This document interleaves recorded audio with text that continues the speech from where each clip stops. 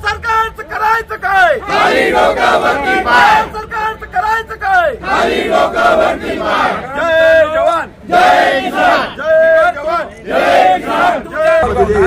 पण नागपूर कार्यालयातून टिगर 2 नावाने एक अहवाल देण्यात आला आणि त्या टिगर 2ला फक्त चाळीसगाव कसं बसेल याची वरून जिल्हाधिकाऱ्यांवर प्रभाव टाकून चाळीसगाव तालुका कसा दुष्काळामध्ये येईल ही योजना तयार केली गेली.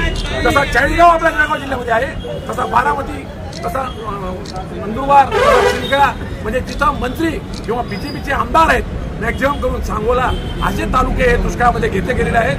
म्हणजे ही एक राजकीय व्यवस्था आहे आणि तुम्हाला मंत्रिपद दिलेलं आहे तर तुम्हाला दुष्काळ दिलेला आहे.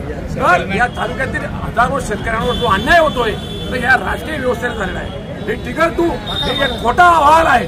याच्यामध्ये वनस्पती निर्देशांक नावाने वेगवेगळे खोटे अहवाल देऊन आपल्या तालुक्यामध्ये उत्पादन जास्त दाखवलं आहे. पण मित्रांनो, जर ह्या तालुक्याला सर्वात जास्त दुष्काळ पीक विमा भेटला आहे तर सर्वात जास्त नुकसान या तालुक्यात आहे हे सिद्ध होतं आणि हा आपल्यावर मोठा अन्याय झालेला आहे. तरी तुम्ही पत्रकार म्हणून बोलणार या जय जवान कसोटी घेऊ नका. तुमचा बळी घेतल्याशिवाय राहणार नाही.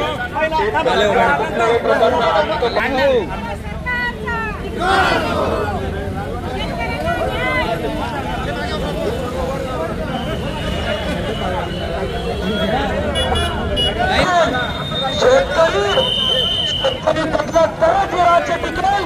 बळीराजाची कसोटी घेऊ नका. हा बळीराजा तुम्हाला उलटा करण्याशिवाय राहणार नाही. या बळीराजाचा आक्रोश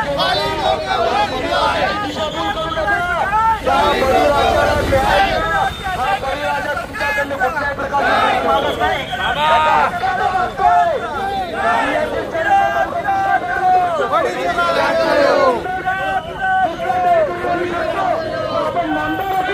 तालुका दुष्काळ का काही झाला नाही हा शेतकऱ्याचा आपलाच प्रश्न आहे.